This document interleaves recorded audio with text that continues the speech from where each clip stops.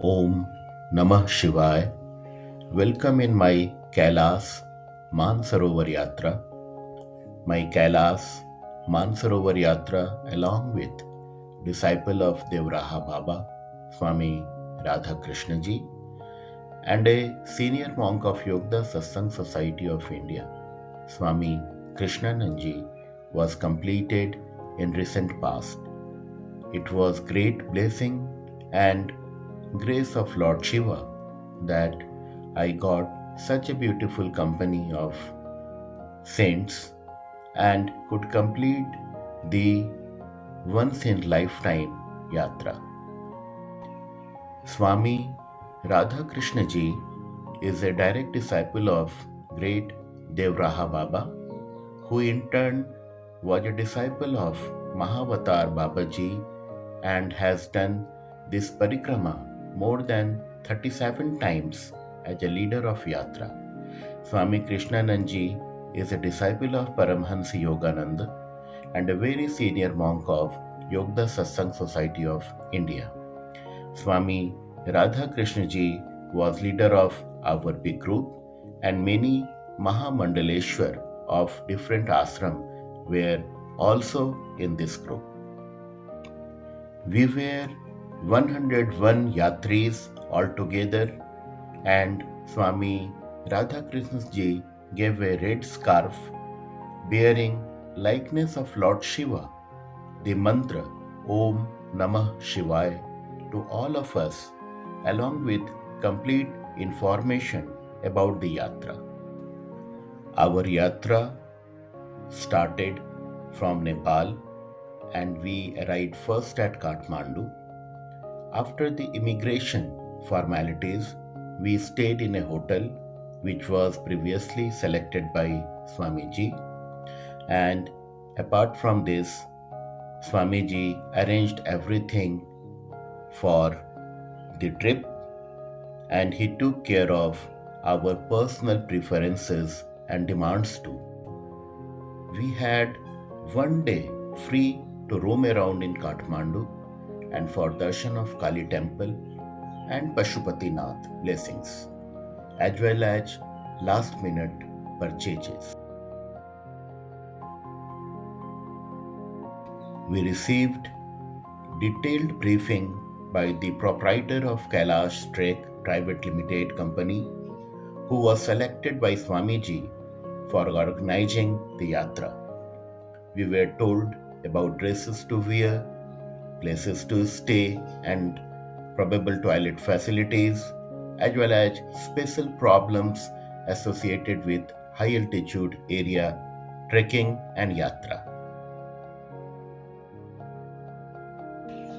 Day 1, we got ready and our route was demarcated as Kathmandu going to east direction, crossing the university town of Dhulikhal to Kodari, from Kodari to Chinese border. At Kodari, we completed immigration formalities and entered inside China. It took long hours waiting in line. Finally, at Chinese side, 26 Toyota Land Cruiser 450 four-wheel drive vehicle and 3 trucks were waiting for us. We were allocated our vehicle, which would be ours until we would get back to this border of China and Nepal.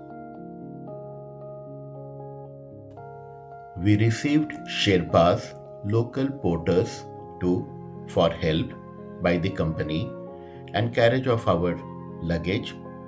These Sherpas were extraordinary hard workers who never seemed to get tired, even at the high altitude where all of us had a lot of trouble taking even a few steps quickly.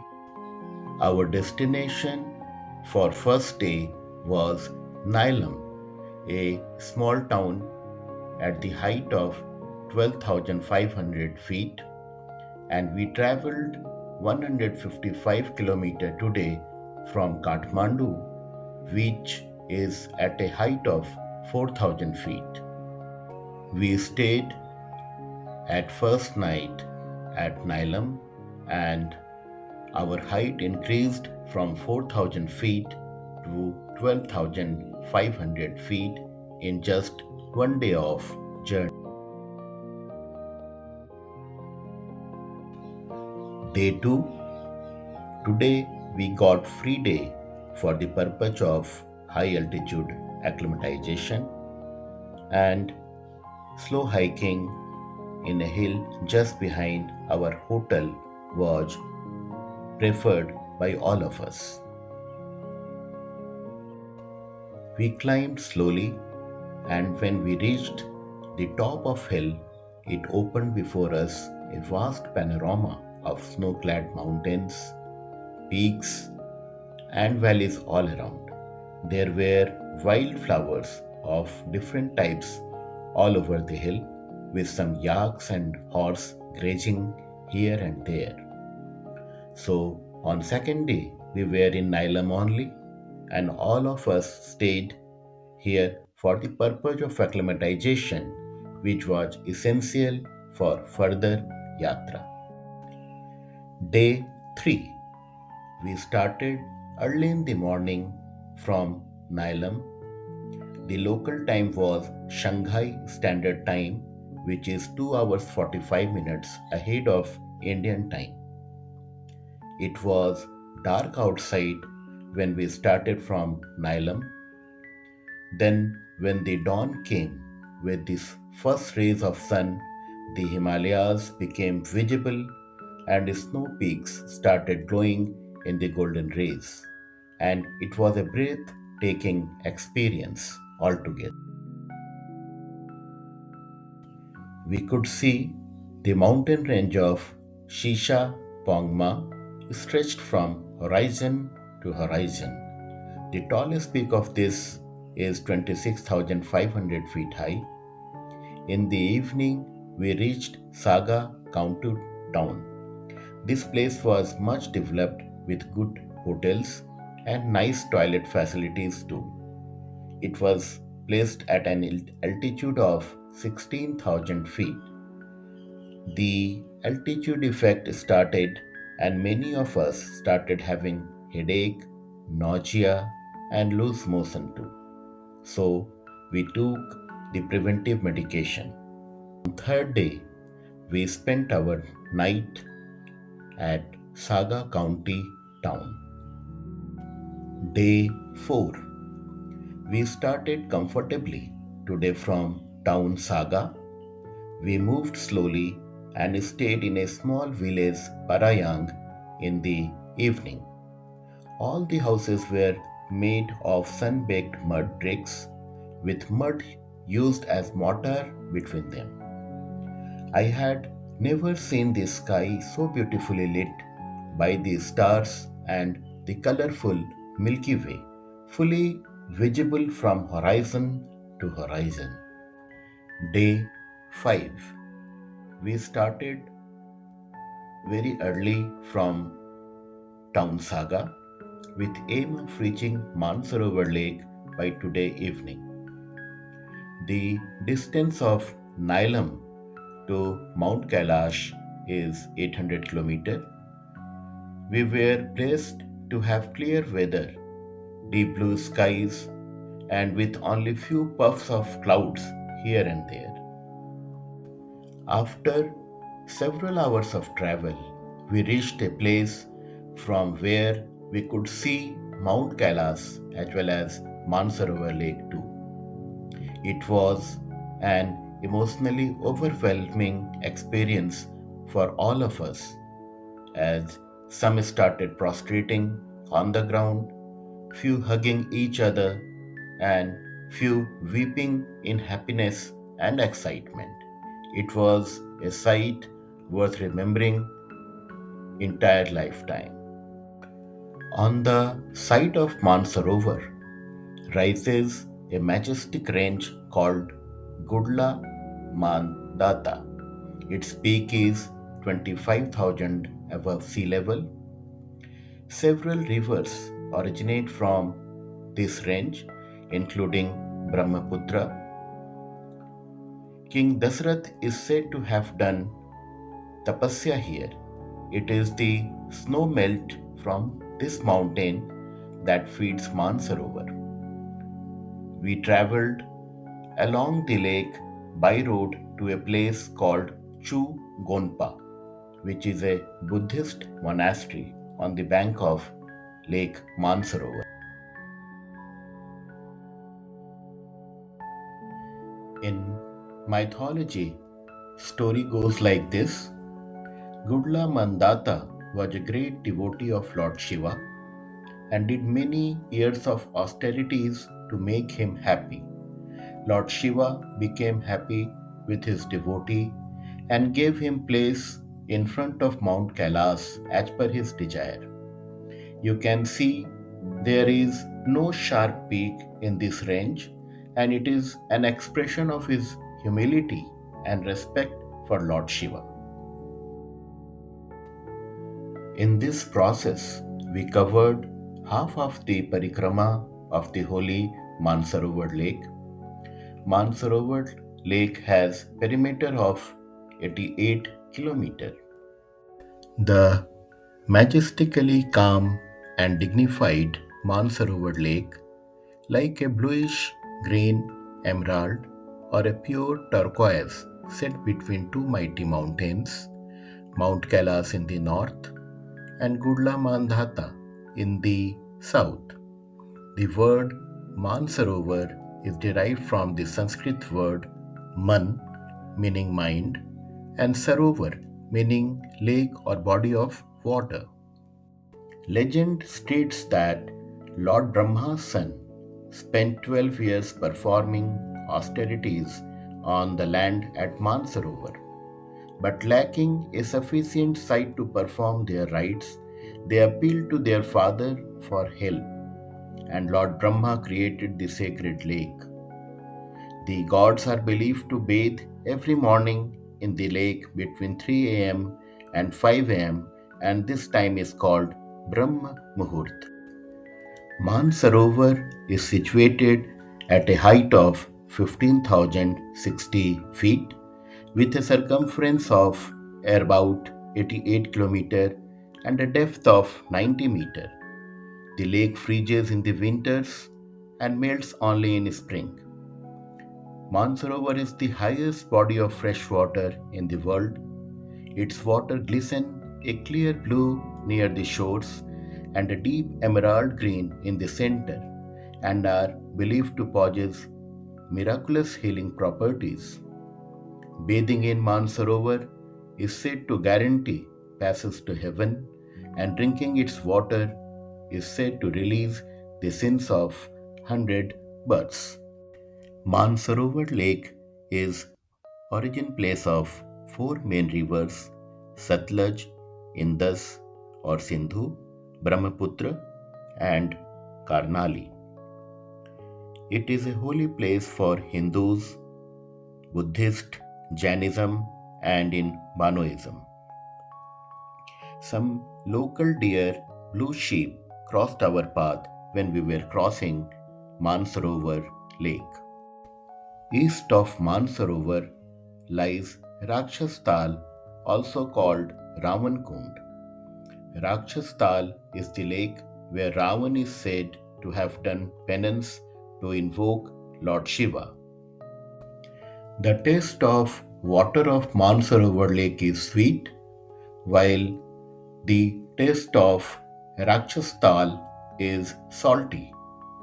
There are no aquatic organisms present in Rakshastal. Both the lakes are just 4 kilometers apart, and it is very surprising and mysterious that being side by side, still there is so much difference in quality of water. Day 6. Next morning dawned with sun lighting the peaks of Mount Kailas and Gudla Mandata with its golden rays. This morning, many of us took bath in Mansarovar and collected its water and pebbles. After breakfast, we all got into our cars and set out for the next stop 35 kilometers away called Darchen or Tarchen. Its elevation is 15,000 feet, the same as that of Mansarovar. This should be our last stop before starting the parikrama of Mount Kailash. The distance between Mansarovar and Kailash is 45 kilometers. Day 6 night was spent in guest house of Darchen and we all get ready for parikrama tomorrow. Day 7. One may call this the D-Day of the Yatra when we set out on foot to go around Mount Kailash. After breakfast, everyone got into his cars, which would drive us 10 kilometers up to the place where the food journey begins. It is also where each one of us gets a porter, oblique, a pony, depending on our earlier request. We were given packed lunches for the way. In an aerial view of Mount Kailash, you see how the mountain is surrounded by a glacier. The parikrama starts on the left side of it and the path goes up along a river at the base of the glacier. It leads us to a place called Derapuk, located at about 17,500, our destination for first day's trek. We took blessings at an open temple called Yamdwar on start of our parikrama. The first day's climb was gradual, but given the altitude and probably poor preparation and acclimatization, it was still hard on the lungs. It took 7 hours or so to reach Derapuk. Most of us going up on foot were exhausted, although the western view of Mount Kailash and the entire scenery was as mesmerizing as ever, and we could stop and take photos while trying to catch our breath. Mount Kailash Parikrama takes 3 days. On our first day, we stayed at Derapuk. Day 8. Today's journey was the toughest as it takes you along a steep ascent to a place called Dolmala Pass, which is at 18,600 feet. Along the way, you get the northeastern view of Mount Kailash and of the frozen lake called Gauri Kund. In this stretch, you have to cross a glacier also. Gauri Kund is the place of bathing of Lord Shiva and Ma Parvati. Day 9, third day of Kailash Parikrama. It was good as the descent began, and at the end of this day's parikrama, the vehicles would be waiting to take the yatris to Mansarovar for another day's camping on its shores. This journey by road would also complete the remaining part of parikrama around Mansarovar.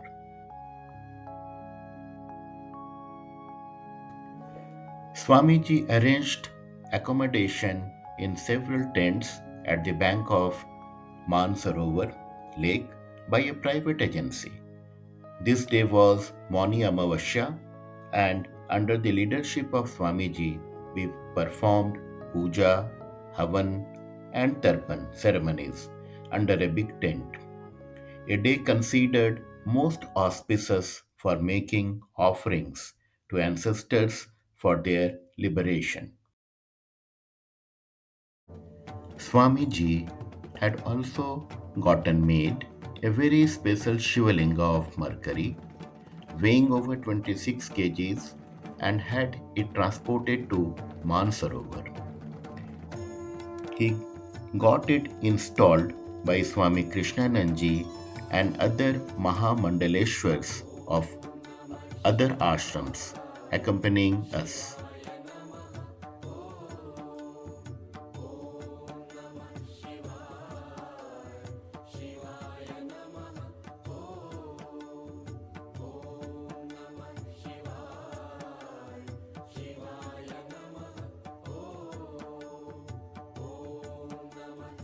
Day 10, 11, and 12. During our return journey of 3 days, once again we stayed during night at Parayang, Saga County, and Nilam. On the morning of 13th day, we started early morning from Nilan to China-Nepal border and could clear immigration formality in time and reached back to Kathmandu by evening. On our return back on 13th day evening, Swamiji had arranged for prayer meeting in the same hall in the same hotel where we had stayed earlier at the time of our arrival. Swamiji also gave certificate to all the participants of this yatra. At this last prayer meeting, I was asked to speak. I used this opportunity to thank Swamiji from the depth of my heart for all the love he showered unstitingly on all of us and made our pilgrimage so comfortable and wonderful. The love I experienced coming to me from him was as much a part of the blessing as the darshan of Mount Kailas and Mansarovar. For me, that was a tangible expression of love of Lord Shiva himself. The primary purpose of one's pilgrimage to the Kailas region is the ritual circumambulation of the sacred mountain and lake. Kailas Parikrama is believed to bring various positive effects such as the collection of meritorious karma, the cleaning of sins from one's consciousness, and good fortune. Om Namah Shivaya. Om Namah Shivaya.